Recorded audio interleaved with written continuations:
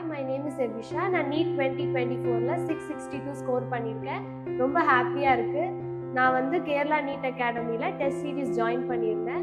So என்னோட அந்த 1 year journey எப்படி இருந்துச்சு அண்ட் எப்படி இது ஸ்கோர் பண்ணேன் அதை பற்றி நான் இப்போ சொல்கிறேன்.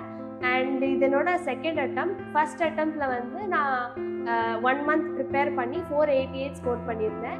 ஸோ ஓகே, இவ்வளோ ஸ்கோர் வருது, ஸோ நெக்ஸ்ட் இயர் கண்டிப்பாக கொஞ்சம் நம்மளால் பூஸ்டப் பண்ண முடியும் அப்படிங்கிறதுனால நான் செகண்ட் அட்டெம்ப்ட் கொடுத்து இந்த வருஷம் என்னால் எடுக்க முடிஞ்சிச்சு.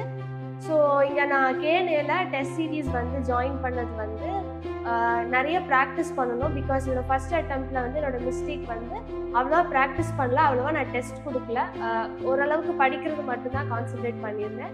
ஸோ அதை இந்த தடவை பண்ணக்கூடாதுன்னு சொல்லி தான் நான் இங்கே டெஸ்ட் சீரீஸ்லாம் ஜாயின் பண்ணேன். அரவுண்ட் 4 monthsல வந்து என்னால் 9000 questions ப்ராக்டிஸ் பண்ண முடிஞ்சிச்சு. அஃப்கோர்ஸ் இட்ஸ் இம்மென்ஸ், பட் அதெல்லாம் ப்ராக்டிஸ் பண்ணி அதோட மிஸ்டேக்ஸ் எல்லாம் கரெக்ட் பண்ணி என்னால் நல்ல மார்க் எடுக்க முடியுது. அண்ட் முக்கியமாக வந்து நீங்கள் படிக்கிறது மட்டும் கான்சன்ட்ரேட் பண்ணாமல் எவ்வளோ கொஷின்ஸ் போடுறீங்க அண்ட் நீங்கள் பண்ணுற மிஸ்டேக்ஸ் எல்லாம் நோட் பண்ணி அதை எப்படி கரெக்ட் பண்ணுறீங்கிறது ரொம்ப இம்பார்ட்டண்ட்.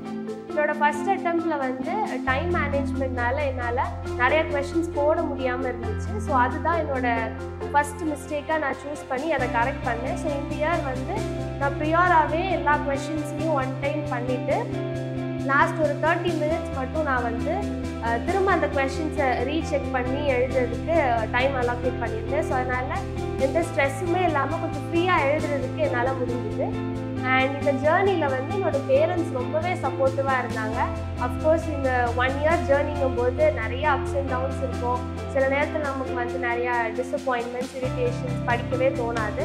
அப்படிலாம் இருக்கும்போது கம்ப்ளீட் மென்டல் சப்போர்ட் வந்து வேணும். அண்ட் ஃபேமிலியாக அவங்க ரொம்பவே சப்போர்ட் பண்ணாங்க. எங்கள் ஃபேமிலியில் அப்பா, அம்மா, அதுக்கப்புறம் அக்காவும் வந்து அவங்களும் 2018 பேட்ச்சு கேஎன்ஏல படிச்சிருந்தாங்க கிராஷ் கோர்ஸு.